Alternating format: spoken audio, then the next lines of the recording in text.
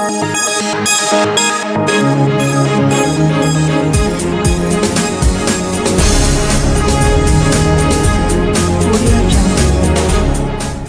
पर चर्चा होनी थी, उस पर पार्टी की ओर से हमें बोलना था।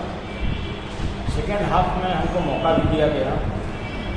मैंने अपने भाषण को शुरुआत करने के पूर्व मैंने सदन को बताया कि जो कल माननीय मुख्यमंत्री जी के साथ बख्तियारपुर में जो घटना हुई वो काफ़ी निंदनीय है। इसके लिए हम अपनी पार्टी की ओर से इसकी घोर भर्त्सना करते हैं और प्रजातंत्र में इस तरह का कहीं कोई स्थान नहीं। इसके बाद जब मैंने सदन को बताया कि 4 दिन पहले हम लोगों ने देखा है जितने भी प्रिंट मीडिया थे, इलेक्ट्रॉनिक मीडिया थे, सभी जगह लखनऊ शपथ ग्रहण का एक फ़ोटो छपा हुआ था। देख करके काफ़ी निराशा। वो फ़ोटो कौन था मैंने सदन में ये दिखाया। इसके बाद सदन में हो हल्ला होना शुरू हो गया। तो मैंने सभापति महोदय को बताया कि महोदय इस पर हल्ला होने का क्या ज़रूरत है। एक भारत के प्रधानमंत्री जी का फ़ोटो है और एक बिहार के मुख्यमंत्री जी का फ़ोटो है, इसमें खराबी क्या है जितना हल्ला हो रहा है। तो नहीं इसको बाहर कार्यवाही से बाहर कीजिए, ये कीजिए, वो कीजिए। इसके बाद मैंने एक भाषण पढ़ने के पहले एक कविता पढ़ी। मैंने उनको कहा, वो कहते थे सिद्धांत हमारे पक्के हैं, कमज़ोर नहीं, फिर से हाथ मिला लेंगे हम इतने भी मजबूर नहीं।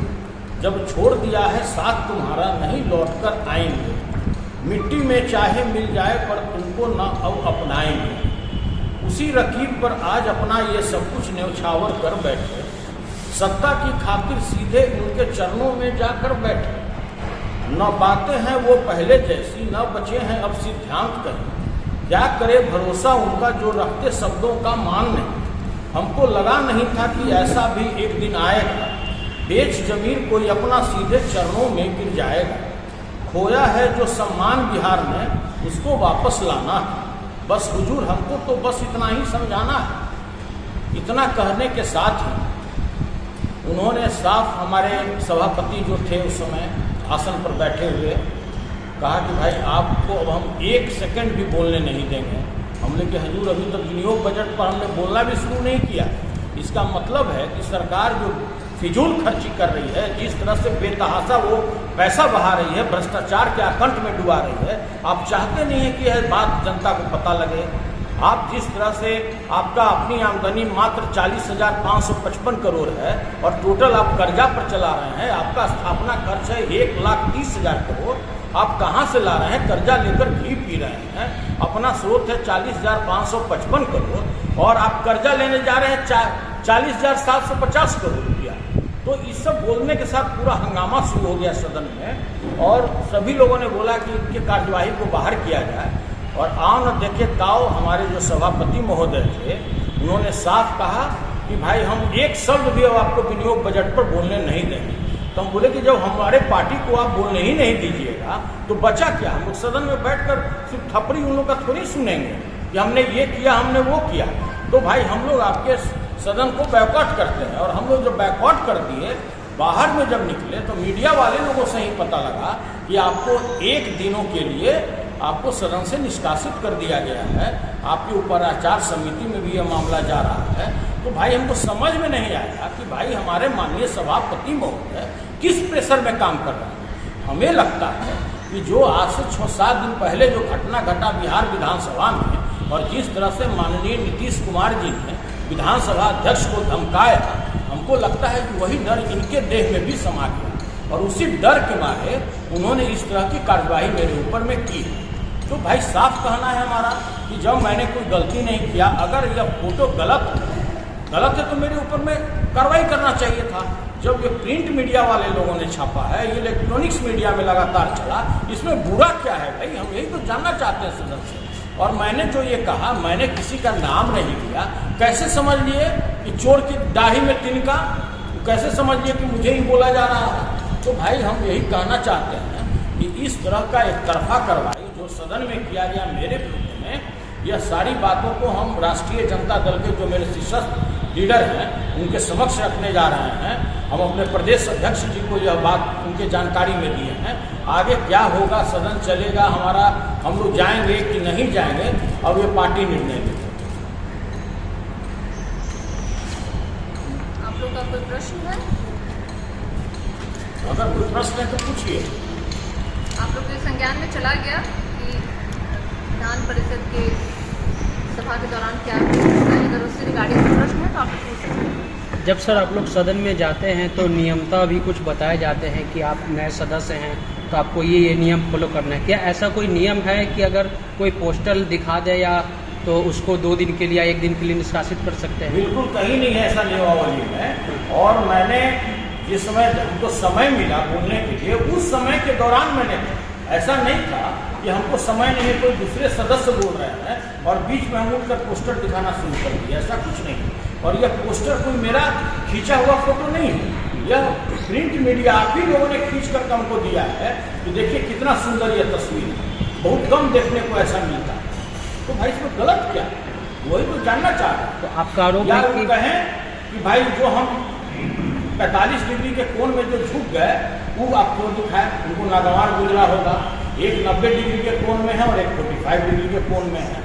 अगर यह गलत है तो हमारा अपराध है, और अगर यह अपराध अगर कोई डिक्लेयर करे तो ऐसा अपराध हम करने के लिए रेगुलर तैयार हैं। भाई आप अपने गलती को छुपाने के लिए आप जबरदस्ती प्रेशर बना रहे हैं। आप देखे होंगे बिहार विधानसभा अध्यक्ष के साथ किस तरह से मर्यादा को उन्होंने तार तार कर दिया, आसन की प्रतिष्ठा को उन्होंने तार तार कर दिया। और भाई उल्टा वही तो हमको लगता है कि वही प्रेशर बनाए हुए हैं बिहार विधान परिषद में भी। और कहीं न कहीं हमारे सभापति महोदय को भी यह डर सता रहा होगा कि किसी क्षण माननीय मुख्यमंत्री पहुंचेंगे और वही बर्ताव मेरे साथ भी करेंगे, इसीलिए मेरे ऊपर ऐसी कार्रवाई की, एक तरफा कार्रवाई। आगे सर आरजेडी का क्या स्टैंड रहेगा? सदन में वो तो लोग पार्टी का जाएंगे? नेतृत्व तय करेगा, हमको थोड़ी तय करना है। पार्टी का जो नेतृत्व है, हमारे लीडर तेजस्वी जी हैं, प्रदेश अध्यक्ष जी हैं, वो लोग निर्णय लेंगे। कहेंगे कि भाई परसों जाना है तो हम लोग जाएंगे, कहेंगे कि नहीं। वैसे सदन में जाने का क्या अर्थ है कि आप धरातल की बात, जो मूलभूत समस्या है गरीबों का, किसानों का, आप नहीं रख सकते हैं। सरकार अपने खिलाफ की बात सुनना नहीं चाहती है, अपने नाकामियों को छुपाना चाहती है, तो हम लोग नहीं जाएंगे। तो पार्टी पर डिपेंड करेगा। सर शुरू से तो वही आदत है अपनी सरकार, जिसकी भी सरकार हो, अगर वो कुछ गलत करती है तो वो तो अपनी सर खामियां से छुपाती है। तो प्रतिपक्ष का क्या काम होगा? प्रतिपक्ष को कोई वहाँ पर गाजर लड्डू खाने के लिए तो कोई नहीं भेजता है। नहीं। उसका काम ही है कि भाई जो सरकार की गलत नीति है, जो सरकार की कुरीतियाँ हैं, जो सरकार ने गलत कार्य किए हैं, जिस तरह से भ्रष्टाचार है चारों ओर व्याप्त है, मृत्यु प्रमाण पत्र के लिए भी रिश्वत देने होते हैं, उसी के लिए ना सदन में आपको भेजा जाता है, उसी के उजागर के लिए भेजा जाता है ना। चलिए, बिहार विधानसभा में 23 मार्च 2021 को जो घटना घटी थी, उसके बाद आज आपके साथ जो घटना घटी है, आप हमें ये बताएं कि अगर विपक्ष को बोलने नहीं दिया जा रहा है, आपके साथ बाकी विपक्षी दल के भी नेता हैं विधान परिषद में, क्या वो आपके साथ खड़े होंगे अगर आप कुछ ऐसे कदम उठाते हैं तो? क्यों नहीं खड़े होंगे? जो हमारे पार्टी के लोग हैं बैठकर तो सारा तमाशा देख ही रहे हैं कि किस तरह एक तरफा कार्रवाई हो रहा है।